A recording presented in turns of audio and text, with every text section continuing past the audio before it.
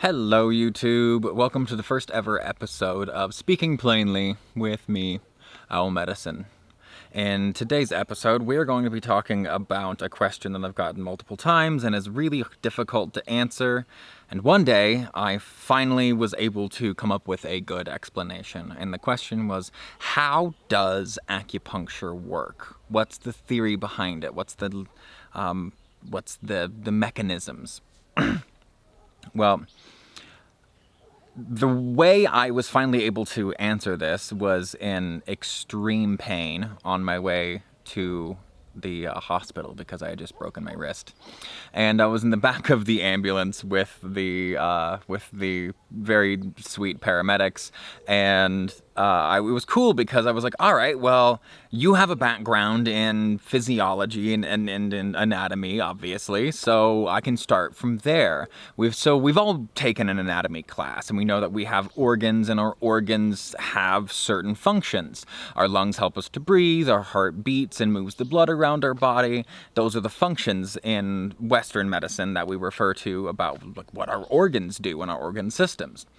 Well, in Chinese medicine, which is a few thousand years older, people's experience was that their emotions, their psychology, and their physiology were all experienced simultaneously.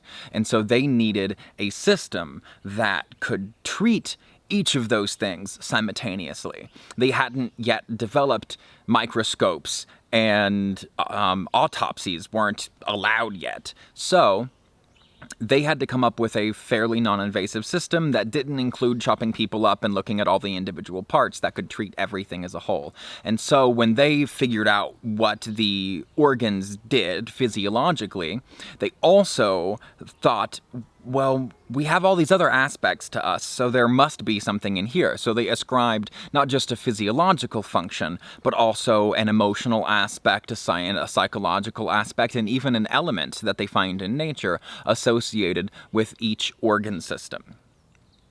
And so when an acupuncturist starts to talk to you and ask you a bunch of questions and to figure out what it is that they need to do, that's the theory that they're holding in the back of their head is, okay, these organs have physiological functions, but they also have all of these other functions that go along with these individual organs.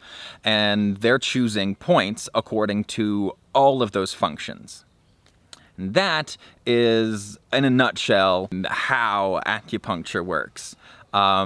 I will be doing another video on the mechanisms of action in acupuncture, the things that have been scientifically studied to see, wow, what makes it work.